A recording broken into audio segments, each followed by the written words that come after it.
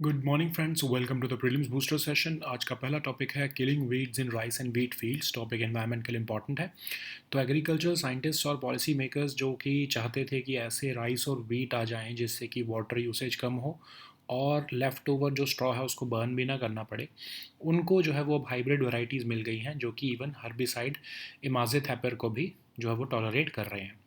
तो अगर हम देखें तो करंट खरीफ सीज़न में two basmati rice varieties, Pusa basmati 1979 और पूसा बासमती 1985, और two non basmati rice hybrids Sava 134 और सावा 127 जो है उनको कमर्शियली प्लांट किया गया है, जिसको IARI और सवाना सीड्स प्राइवेट लिमिटेड ने डेवलप किया है। तो इनमें एक म्यूटेटेड ALS जीन है जो कि फार्मर्स को इनेबल करता है कि वो इमाज़ेथेपर को, जो कि वीड्स को कंट्रोल करने के लिए यूज़ किया जाता है, वो स्प्रे कर सकते हैं हर्बिसाइड राइस पर। तो वीट फील्ड्स के लिए भी मैको प्राइवेट लिमिटेड प्लान कर रहा है कि इमाज़ेथेपर टॉलरेंट वीट वैराइटीज़ गोल और मुकुट जो है वो लॉन्च किए जाएं, और इमाज़ेथेपर का फिर यूज़ इन पर जो है वो किया जा सके, ताकि वीड्स को कंट्रोल करने के लिए कुछ और जो है वो पानी का एक्स्ट्रा इस्तेमाल ना करना पड़े। तो अभी क्या होता है, फार्मर्स ट्रेडिशनली वाटर जो वीड्स को कैसे कंट्रोल करते हैं, ज़्यादा पानी डालकर और प्लोइंग करके। ठीक है, तो इससे एक तो लेबर भी ज़्यादा जाती है और आपका वाटर का वेस्टेज भी ज़्यादा होता है। फार्मर्स को नर्सरीज़ क्रिएट करनी पड़ती हैं यंग प्लांट्स के लिए, जिनको फिर ट्रांसप्लांट किया जाता है 30 दिन के बाद पडल्ड फील्ड्स में। इन फील्ड्स को फ्लडेड रखा जाता है पहले 2 से 3 हफ्ते, उसके बाद वीकली इरिगेशन करनी पड़ती है, जो भी ग्रोइंग सीजन बचता है उतने टाइम के लिए। तो इस मेथड में लगभग 30 इरीगेशंस पर एकड़ लगती हैं और लगभग 2 लाख लीटर ऑफ वाटर लग जाता है, और सिग्निफिकेंट लेबर कॉस्ट भी होती है ट्रांसप्लांटेशन की। फार्मर्स जो है उनके बाद वो जो है पैडी स्ट्रॉ है उसको बर्न भी करना पड़ता है उनको, जिससे कि आपको पता है एयर पोल्यूशन की प्रॉब्लम हो जाती है। तो इसीलिए डायरेक्ट सीडेड राइस और ज़ीरो टिलेज वीट टेक्नोलॉजीज़ जो है वो ट्रेडिशनल वाटर इंटेंसिव और प्लोइंग मेथड्स को चेंज कर रही है, रिप्लेस कर रही हैं, और हर्बिसाइड इमाज़ेथेपर को यूज़ किया जाएगा वीट कंट्रोल के लिए। DSR में क्या होता है कि आपकी पैडी नर्सरीज बनाने की ज़रूरत नहीं पड़ती, डायरेक्टली आप उसको प्लांट कर सकते हो, जैसे कि आप डायरेक्टली सो करते हो वीट को, और इसमें सिर्फ लेज़र लेवलिंग करनी पड़ती है बिफोर सोइंग, और लगभग 30% वाटर बच जाता है और लेबर और फ्यूल कॉस्ट भी बचती हैं। ज़ीरो टिलेज में ज़ीरो टिलेज अगर हम वीट टेक्नोलॉजीज़ देखें तो फ्री हिट ZT टेक्नोलॉजी जो है वो वीट के लिए यूज़ की जाती है, जिसमें कि डायरेक्ट सोइंग की जाती है और बिना पैडी स्टबल को या बर्न किए या फिर बिना लैंड प्रिपरेशन के भी ये सोइंग हो सकती है। फार्मर्स को बस ट्रैक्टर माउंटेड सुपर सीडर का इस्तेमाल करना पड़ता है, जिसमें रोटावेटर लगा होता है, और वो कट और मिक्स कर देता है स्टैंडिंग स्टबल को सॉइल में ही। ठीक है, फिर उसके बाद इमेज़ोथेपर का यूज़ किया जा सकता है, जिसको स्प्रे किया जाता है वीट क्रॉप के ऊपर 25 डेज़ जब वो हो जाती है, उससे वीट मैनेजमेंट भी इफ़ेक्टिव हो जाती है। तो क्या ये GM क्रॉप्स हैं? क्या ये सॉल्यूशंस हम GM क्रॉप्स के अगेंस्ट दे सकते हैं? No of course. ये ALS में जो है चेंजेस किए जा रहे हैं, सिर्फ कोई soil bacteria other unrelated species का कोई हम जीन नहीं इंट्रोड्यूस कर रहे हैं। तो ये जीन कोड जो है वो क्रूशियल रहता है सिंथेसाइज करने के लिए एसेंशियल अमीनो एसिड्स, जो कि प्लांट ग्रोथ में हेल्पफुल रहते हैं। तो इसको हम ये नहीं कह सकते कि जेनेटिकली मॉडिफाइड क्रॉप्स का ऑल्टरनेटिव या फिर ये सोल्यूशन है। ठीक है, तो इससे होगा क्या, हर्बिसाइड टॉलरेंट वैराइटीज़ हम जो है वो इम्प्रूव कर देंगे, और ये क्रॉप्स जो है वो जेनेटिकली मॉडिफाइड भी नहीं होगी, तो इसलिए जो है वो इसकी एक्सेप्टेंस भी ज़्यादा रहेगी। ओके, नेक्स्ट हम टॉपिक देखते हैं, अमृत 2.0। टॉपिक गवर्नेंस के लिए इंपॉर्टेंट है। तो अमृत 2.0 जो प्रोग्राम है उसमें सिटीज़ जो है वो 5,000 करोड़ के प्रोजेक्ट्स जो है वो लॉन्च करने वाली है, जिसमें फोकस रहेगा वाटर सप्लाई के ऊपर, फिर आपके जो सीवेज ट्रीटमेंट है, रिजुविनेशन ऑफ वाटर बॉडीज़ और पार्क्स हैं, इसके ऊपर ज़्यादा फोकस रहेगा। और ये अमृत स्कीम है क्या, 2015 में लॉन्च की गई थी बेसिक सिविक अमेनिटीज़ देने के लिए, जैसे कि water supply, sewerage, urban transport, parks, ताकि क्वालिटी ऑफ लाइफ को इम्प्रूव किया जा सके, स्पेशली फॉर पुअर और डिसएडवांटेज सेक्शंस। और फोकस मिशन का था इंफ्रास्ट्रक्चर क्रिएशन के ऊपर। तो ऑब्जेक्टिव ऑफ द मिशन ये है कि हर हाउस होल्ड के पास एक्सेस टू टैप हो, अश्योर्ड वाटर सप्लाई हो, अमेनिटी जो वैल्यू ऑफ सिटीज़ है उसको बढ़ाया जा सके, जैसे कि ग्रीनरी और वेल मेंटेन्ड ओपन स्पेसेस बनाकर, जैसे पार्क्स। ठीक है, और पॉल्यूशन को रिड्यूस किया जा सके स्विचिंग टू पब्लिक ट्रांसपोर्ट। ठीक है, मिशन में 500 सिटीज़ कवर किए जाने वाली हैं, जिसमें सभी सिटीज़ जिनके पास टाउन्स हैं with population of over 1 lakh and notified municipalities. AMRUT scheme में 1.1 crore household water tap connections देने का भी जो है प्रोविज़न है, 85 लाख सीवर कनेक्शंस देने का भी प्रोविज़न है, जिससे कि लगभग 4 करोड़ लोगों को बेनिफिट होगा। अमृत 2.0 है क्या? इसमें सीवेज और सेप्टिक मैनेजमेंट को इम्प्रूव करना, सिटीज़ को वाटर सेफ सिटीज़ बनाना, कोई भी सीवेज ड्रेन कहीं भी रिवर्स में ना जाए, ये इंश्योर करना। तो अमृत 2.0 फोकस करेगा एनहेंसिंग सीवरेज और सेप्टिक मैनेजमेंट, और सभी सिटीज़ इंडिया की वाटर सिक्योर हों, प्रोवाइड करना 100% वाटर सप्लाई कवरेज, 100% कवरेज देना सीवरेज और सेप्टेज 500 अमृत सिटीज़ में, 2.64 करोड़ सीवर और सेप्टेज कनेक्शंस देकर। तो अमृत 2.0 में प्रिंसिपल ऑफ सर्कुलर इकोनॉमी का भी इस्तेमाल किया जाएगा ताकि कंजर्वेशन और रिजुविनेशन हो सके सरफेस और ग्राउंड वाटर बॉडीज़ की। मिशन में डेटा लेड गवर्नेंस का इस्तेमाल किया जाएगा और प्रोग्रेसिव कंपटीशन होगा सिटीज़ के अंदर के बीच में भी, ठीक है। तो अमृत 2.0 को एक्सटेंड किया जा रहा है सिर्फ 500 सिटीज़ जो एग्जिस्टिंग थी उससे बढ़ाकर 4800 सिटीज़ और टाउन्स में। तो इससे लगभग 26.8 मिलियन अर्बन हाउस होल्ड्स को वाटर टैप कनेक्शंस मिलेंगे, जिससे 10.5 करोड़ पीपल अर्बन एरियाज़ में बेनिफिट ले सकेंगे। तो गवर्नमेंट का प्लान क्या है? गवर्नमेंट चाहती है सिटीज़ जो है वो 5000 करोड़ के जो है वो प्रोजेक्ट लॉन्च करें वाटर सप्लाई, सीवेज ट्रीटमेंट और रिजुविनेशन ऑफ वाटर बॉडीज़ और पार्क्स में। अगले जो है गवर्नमेंट का जो 100 डेज़ का प्लान था, 50% जो अप्रूव प्रोजेक्ट्स होंगे वो वाटर सप्लाई, सीवरेज और सेप्टेज के ऊपर ही जो है वो फोकस्ड रहेगा। उसके बाद rejuvenation of water bodies, development of parks, ground water recharge और अर्बन फ्लड मिटिगेशन के ऊपर फोकस रहने वाला है। तो ये गवर्नमेंट का 100 डेज़ का एजेंडा है, जिसमें 500 MLD sewage treatment plants, 150 MLD जो है वाटर ट्रीटमेंट प्लांट्स जो है वो कमीशन करने वाले हैं, जिससे कि 8 लाख हाउस होल्ड्स को बेनिफिट होगा, ठीक है। नेक्स्ट हम टॉपिक देखते हैं बेली ब्रिज। टॉपिक आपके इकोनॉमी के लिए इंपॉर्टेंट है। तो इंडियन आर्मी के मद्रास इंजीनियर ग्रुप या फिर मद्रास सैपर्स ने एक बेली ब्रिज बना दिया है, वन ऑफ द साइट्स जो कि वर्स्ट हिट है लैंडस्लाइड पर वहाँ पर। तो बेली ब्रिज क्या होता है? एक टाइप ऑफ मॉड्यूलर ब्रिज होता है जिसके पार्ट्स प्री बिल्ट किए जाते हैं, तो इसलिए उनको उसमें मिनिमल कंस्ट्रक्शन वर्क लगता है, बस उसको असेंबली करनी पड़ती है जहाँ पर भी करनी है अपने ब्रिज को बनाना है। तो प्री फैब्रिकेटेड पार्ट्स जो हैं वो उसमें स्टील पैनल्स भी होते हैं जिनको पिन्स जैसे कि बिग या स्क्रू लाइक ऑब्जेक्ट्स के थ्रू जोड़ दिया जाता है। तो guard rails of the bridge भी जो है वो एस्टैब्लिश करने में हेल्प होते हैं हमें। तो इसमें जो बीम्स होते हैं उनको इस तरह से कंस्ट्रक्ट किया जाता है कि वो लॉक हो जाएं गार्ड रेल्स में जाकर और फिर स्टेबल स्ट्रक्चर बना दें। कोई भी हैवी इंस्टॉलेशन इक्विपमेंट की इसमें ज़रूरत नहीं पड़ती है। तो मद्रास सैपर्स क्या है? इंजीनियरिंग ग्रुप है, corps of engineer of Indian army का, और इसका हेडक्वार्टर बेंगलुरु में लोकेटेड है। नेक्स्ट हम टॉपिक देखते हैं lime disease. Topic social issues के लिए इंपॉर्टेंट है। तो लाइम डिसीज़ एक पब्लिक हेल्थ कंसर्न है यूएस में, लगभग 4,76,000 इंडिविजुअल्स को हर साल जो है वो अफेक्ट करता है। तो लाइम डिसीज़ एक वेक्टर बॉर्न इन्फेक्शियस डिजीज़ है जो कि बैक्टीरिया से होती है। प्राइमरली ये ह्यूमंस में ट्रांसमिट होता है ब्लैक लैग ट्रिक्स की बाइट से। तो ये humans to human transmission, pets से ह्यूमंस में transmission, air, food, water, lice किसी और से नहीं ट्रांसमिट होता, सिर्फ ये ब्लैक लेग टिक्स की जो है वो बाइट से ही इनफैक्ट जो है ट्रांसमिशन होता है। तो ये वुडेड और ग्रासी एरियाज़ में खासकर वर्ल्ड वाइड ये रिपोर्ट की जाती है डिसीज़, और ये बहुत कॉमन है नॉर्थ अमेरिका, यूरोप और कुछ पार्ट्स ऑफ एशिया में। तो इसके जो सिम्टम्स हैं 3 से 30 दिन के बीच में आ जाते हैं जब आपको इन्फेक्टेड टिक बाइट करता है। तो इसमें शुरू में तो सिम्टम्स आते हैं जैसे फीवर, हेडेक, फटीग, लेकिन जब अगर इसको ट्रीट ना किया जाए तो अफेक्ट करने लगता है ये जॉइंट्स को, हार्ट को और नर्वस सिस्टम को। स्टैंडर्ड ट्रीटमेंट जो लाइम डिसीज़ का है वो एंटीबायोटिक्स ही होता है। नेक्स्ट हम टॉपिक देखते हैं ग्लियोब्लास्टोमा। टॉपिक आपके साइंस एंड टेक के लिए इंपॉर्टेंट है। तो एक इनोवेटिव न्यू स्टडी की गई है ग्लियोब्लास्टोमा में, जिसमें साइंटिस्ट ने एआई का इस्तेमाल करते हुए कैंसर सेल्स को रीप्रोग्राम किया और उनको डेंड्रिटिक सेल्स में कन्वर्ट कर दिया ताकि वो कैंसर सेल्स को आइडेंटिफाई करें और डायरेक्ट करें इम्यून सेल्स को कि वो उन कैंसर सेल्स को किल कर दें। तो ग्लियोब्लास्टोमा क्या एक टाइप ऑफ कैंसर है जो कि स्टार्ट होता है as growth of cells in the brain और स्पाइनल कॉर्ड। सभी कैंसर्स की तरह ग्लियोब्लास्टोमा भी जो है वो डीएनए म्यूटेशंस की वजह से होता है, जिसका रिजल्ट होता है अनकंट्रोल्ड सेल ग्रोथ। ग्लियोब्लास्टोमा जो है वो फॉर्म होता है सेल्स जिनको हम एस्ट्रोसाइट्स कहते हैं, जो नर्व सेल्स को सपोर्ट करते हैं। ब्लास्टोमा ट्यूमर्स जो है वो अपनी खुद की ब्लड सप्लाई जो है वो बनाते हैं, जिससे कि उनको हेल्प होता है ग्रो होने में। ये ग्रो होते हैं क्विकली और इन्वेड करते हैं, डिस्ट्रॉय करते हैं हेल्दी टिश्यू को। ये किसी भी एज में हो सकता है, लेकिन ये ज़्यादातर कब होता है? ओल्डर एडल्ट्स में ज़्यादा होता है। तो ग्लियोब्लास्टोमा जो है सिम्टम्स में हेडेक्स होते हैं जो कि वर्स होती रहती है, नोजिया, वॉमिटिंग, ब्लड या डबल विजन, ट्रबल स्पीकिंग हो सकती है।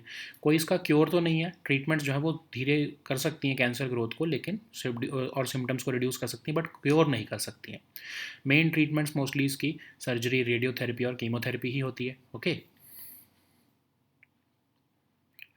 नेक्स्ट हम टॉपिक देखते हैं अस्त्रा मिसाइल। टॉपिक आपके सिक्योरिटी के लिए इंपॉर्टेंट है। तो इंडियन एयरफोर्स ने क्लियरेंस दे दिया है डीआरडीओ और भारत डायनामिक्स लिमिटेड को कि वो 200 Astra air to air missile अपने Su-30 और L Tejas air fighter aircraft के लिए बना सकें। तो अस्त्रा मिसाइल एक beyond visual range air to air missile है जो कि फाइटर एयरक्राफ्ट्स पर माउंट की जाती है। तो इंडिजिनसली डेवलप किया जा रहा है इसको डीआरडीओ और मैन्युफैक्चर किया जा रहा है बीडीएल द्वारा इंडियन एयरफोर्स के लिए, एरियल टारगेट्स को एंगेज और डिस्ट्रॉय करने के लिए। ये मिसाइल केपेबल है एडवांस्ड एयर कॉम्बैट के लिए, जिससे कि वो अलाउ करती है कि वो मल्टीपल हाई परफॉर्मेंस टारगेट्स को एंगेज कर सके। Best in class of weapon systems हैं in the world in the category of air to air missiles. इसकी रेंज 80 टू 110 किलोमीटर्स हो सकती है हेड ऑन चेज में, और ये लगभग 5 मैक की स्पीड पर चलती है। ठीक है, तो मिसाइल जो है वो इनर्शियल गाइडेंस सिस्टम का इस्तेमाल करता है ये, और इसमें solid fuel ducted ramjet engine technology का इस्तेमाल किया गया है। ठीक है, नेक्स्ट हम टॉपिक देखते हैं थाडो पीपल। ये टॉपिक सोशल इश्यूज़ के लिए इंपॉर्टेंट है। तो कुछ सेक्शंस हैं थाडो ट्राइब्स के जो कि मणिपुर बेस्ड थाडो स्टूडेंट्स एसोसिएशन के थ्रू एक ग्लोबल प्लेटफॉर्म बना रहे हैं ताकि क्रिटिकल इश्यूज़ जो उनकी कम्युनिटी फेस कर रही हैं पर्टिकुलरली मणिपुर में, वो उसको रिप्रेजेंट कर सके। थाडो पीपल इंडिजिनस पीपल हैं जो रह रहे हैं हिल कंट्री में, इम्फाल वैली के साथ में मणिपुर में। सेकेंड लार्जेस्ट है in terms of population after Meitei population. ये असम, नागालैंड और मिज़ोरम में भी हैं, और अपार्ट फ्रॉम दैट म्यांमार में भी हैं। और ये भी सबसिस्टेंस एक्टिविटीज़ जैसे एनिमल कल्टीवेशन, हंटिंग, फिशिंग, झूम कल्टीवेशन, ये सब करते हैं। सेटलमेंट्स इनकी फॉरेस्ट में लोकेटेड है, और ये फॉलोअर्स ऑफ क्रिश्चियनिटी है। नेक्स्ट हम टॉपिक देखते हैं बगाता ट्राइब। ये टॉपिक भी सोशल इश्यूज़ के लिए इंपॉर्टेंट है। तो बगाता ट्राइबल पीपल जिन्होंने lower Sileru hydro electric project construction में काम किया, वो अभी भी डार्कनेस के अंडर ही हैं क्योंकि वहाँ पर इलेक्ट्रिसिटी नहीं पहुँच पाई है। तो बगाता ट्राइब ये डिवोटेड वॉरियर्स हैं ऑफ द देन रूलर्स, और इनको हम बागता, भगत, बगोड़ी, बोगाट, भक्ता भी कहते हैं। ये उड़ीसा और आंध्र प्रदेश में रहते हैं। न्यूक्लियर फैमिलीज़ कॉमन है इनकी सोसाइटी में, और ये ओडिया लैंग्वेज बोलते हैं फॉर्म ऑफ, और प्रोफेशन ऑफ फार्मिंग अभी भी ये करते हैं अपनी requirements of day to day living को सस्टेन करने के लिए। ये हिंदू गॉड्स और गॉडेसेस को भी ये वर्शिप करते हैं अपार्ट फ्रॉम अपने फैमिली और tribal gods. So now let us see all these topics in English. So the first topic is killing weeds in rice and wheat fields. This topic is important for your environment section. So agricultural scientists and policymakers have long sought methods to cultivate rice and wheat with reduced water usage and without burning leftover straw or extensive land preparation. So this has become a good news in the context that they have started breeding rice and wheat varieties of hybrids which are able to tolerate the herbicide imazethapyr. Okay, so what is happening is that in the current Kharif season, two basmati rice varieties, Pusa Basmati 1979 and Pusa Basmati 1985, and two non-basmati rice hybrids, Sava 134 and Sava 127, have been commercially planted, which have been developed by the IARI and Savannah Seeds Private Limited. These contain a mutated acetolactate synthase gene, which enables farmers to spray imazethapyr for controlling weeds in rice. So in the upcoming Rabi season, Myco Private Limited also is also planning to launch imazethapyr tolerant wheat varieties Gol and Mukut. And imazethapyr, what? It is basically a herbicide which is used for controlling major weeds. Okay, so traditionally farmers control weeds using intensive water use and plowing, and farmers create nurseries in case of rice, and they grow young plants which are then transplanted after 30 days into puddled fields. These fields are kept flooded for the first 2 to 3 weeks to prevent weed growth and then irrigated weekly for the remainder of the season. And this method requires up to 30 irrigations per acre, each using over 2 lakh liters of water. For wheat, farmers burn the leftover paddy straw and plow the field multiple times to manage weeds. So The solution lies in directly seeding the rice or zero tillage wheat technologies, which are replacing the traditional water intensive and plowing methods. So, DSR eliminates the need for paddy nurseries, and the land only requires laser leveling before sowing. And this method almost saves 30% of water and reduces labor and fuel cost as well. So what is zero tillage wheat technologies? So the free hit ZT technology or zero tillage technology for wheat, which has been developed by Maiko, allows direct sowing without burning paddy stubble or land preparation.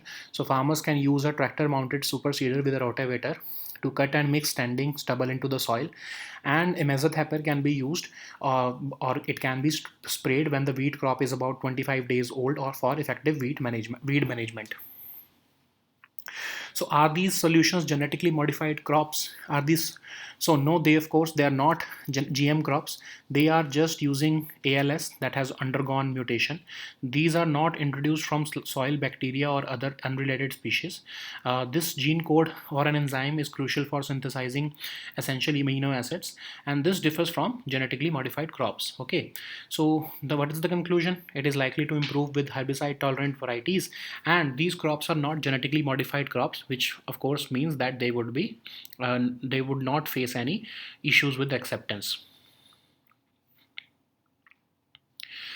So the next topic is Amrit 2.0. This topic is important for your governance section. So under the Atal Mission for Rejuvenation and Urban Transformation 2.0, cities are expected to launch projects worth 5,000 crore rupees, and these projects will focus on water supply, sewage treatment, and the rejuvenation of water bodies and parks.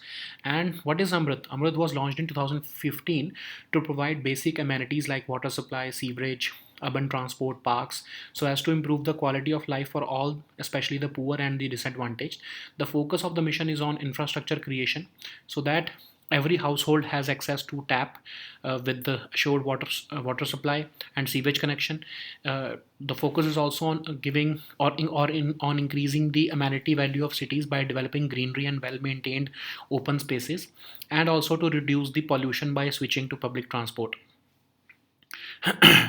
So the mission aims to cover about 500 cities, which include all cities and towns with a population of over 1 lakh with notified municipalities. Amrit has been ensuring that Amrit has been ensuring water security by adding 1.1 crore household water tap connections and 85 lakh sewer connections, thus benefiting more than 4 crore people. The target in the second phase of Amrit is to improve sewerage and septic management, and to make our cities water safe cities, and ensure that no sewage drains anywhere in our rivers are there. And Amrit 2 will focus on enhancing sewerage and septic management, and to make all Indian cities water secure. The Amrit 2 aims at providing 100% coverage of water supply, 100% coverage of sewerage and septage in 500 Amrit cities by providing about 2.64 crore sewer and septage connections. Amrit 2.0 will adopt the principles of circular economy as well. It will promote data-led governance. Payjal Sarvekshan will be conducted for promoting or to promote progressive competition among cities. Amrit 2.0 will extend coverage from 500 cities under the first phase to 4,800 cities and towns. It will provide water tap connections to a 26.8 million urban households. It will also benefit more than 10.5 crore people in urban areas. Under Amrit 2, cities will launch projects worth 5,000 crore rupees focusing on water supply, sewage treatment, and rejuvenation of water bodies and parks. Around 50% of the approved projects relate to the management of water supply, sewage, and septage.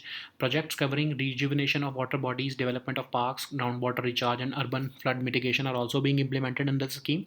So, this is part of the 100-day agenda of the government, in which the cities aim to commission 500 MLD of sewage treatment plants and 150 MLD of water treatment plants, thereby benefiting about 8 lakh households. So the next topic is Bailey Bridge. This topic is important for your economy section. So recently the Indian Army's Madras Engineer Group or Madras Sappers built a Bailey Bridge, which is uh, which has been built around the sites of which were hit by landslides in Kerala. What is a Bailey Bridge? It is a type of a modular bridge which whose parts are pre-built so that they need minimal construction work and they can be assembled quickly whenever needed. So prefabricated parts in a Bailey bridge include light steel panels also, which are linked through pins, which are big screw-like objects. They also help establish the guardrails of the bridge. All beams are constructed in such a way that they would lock in the guardrails to ensure stability. So therefore, there is no need for heavy installation equipment whenever the need to install the or assemble the bridge is required. So Madras Sappers is an engineering group of corps of engineers of the Indian Army, and this regiment is headquartered in Bengaluru. So the next topic is Lyme disease. This topic is important for your social issues. So Lyme disease is a significant public health concern affecting about 476,000 individuals in the US each year. So it's a vector-borne infectious disease caused by a bacteria. It is primarily transmitted to humans through the bite of an infected black-legged tick, often referred to as deer ticks. It cannot spread between humans, from pets to humans, through air, food, or water or lice, mosquitoes, fleas, and flies, and it is prevalent in wooded and grassy areas worldwide, but it is most commonly reported in North America, Europe, and some parts of Asia. So the symptoms start between 3 to 30 days after the infected tick bites you. So initially the symptoms are fever, headache, fatigue, and a characteristic bullseye red rash. And if left untreated, it can lead to more severe complications affecting the joints, heart, and nervous system. So the standard treatment for disease is antibiotics. Okay.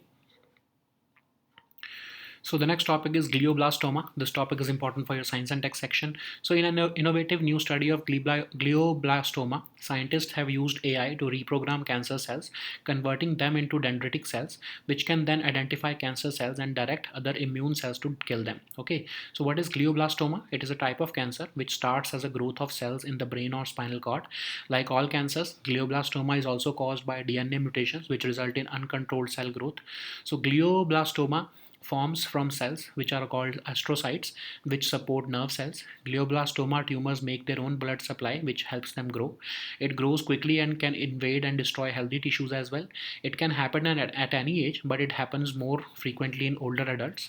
So initially, the symptoms include nausea, vomiting, headaches, blood or double vision, trouble speaking, but it can also get worse as the time passes. There is currently no cure for this disease, and this treatment might and treatments like surgery, radiotherapy, and chemotherapy might slow cancer growth and even reduce certain symptoms. So the next topic is Astra missile. This topic is important for your security section. So Indian Air Force has given clearance to DRDO and Bharat Dynamics Limited to produce 200 Astra air-to-air missiles for its Su-30 and LCA Tejas fighter aircraft. So Astra missile is beyond visual range air-to-air missile designed to be mounted on fighter aircraft. It is indigenously developed by DRDO and manufactured by Bharat Dynamics Limited, and it is built to engage and destroy aerial targets which have high maneuverability and supersonic speed. This missile is capable of advanced air combat. Which allows it to engage in multiple high performance targets. It is best in class in its class of weapons in the world in the category of air-to-air missiles. It has a range of about 80 to 110 km in a head-on chase, and it can travel to at 5 max speed. It uses an inertial guidance system as well. It is based on an advanced solid fuel ducted ramjet engine technology. Okay. So the next topic is Thado people. This topic is important for your social issues. So a section of Thado tribes represented by Manipur-based Thado Students Association has formed a global platform to look into critical issues facing the community, particularly in Manipur. Thado people are an indigenous people who live in a hill country adjacent to the Imphal Valley in the northeastern Indian state of Manipur. They are the second largest in terms of population in Manipur, next to Meeti. They are also found in Assam, Nagaland, and Mizoram in India, and of course in Myanmar.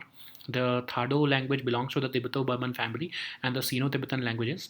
So they are dependent on subsistence activities like animal cultivation, hunting, fishing, jhum agriculture is also predominant.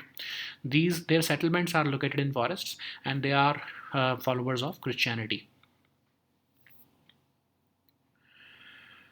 So the next topic is Bagata tribe. This topic is again important for your social issues. So Bagata tribal people who have worked for Lower Seleru hydroelectric project construction, they continue to reel under darkness because of absence of electricity.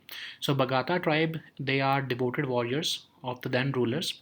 They are also called Bagatha, Bhagat, Bagodi, Bogad, and Bhakta. They live in the state of Odisha and also in the state of Andhra Pradesh.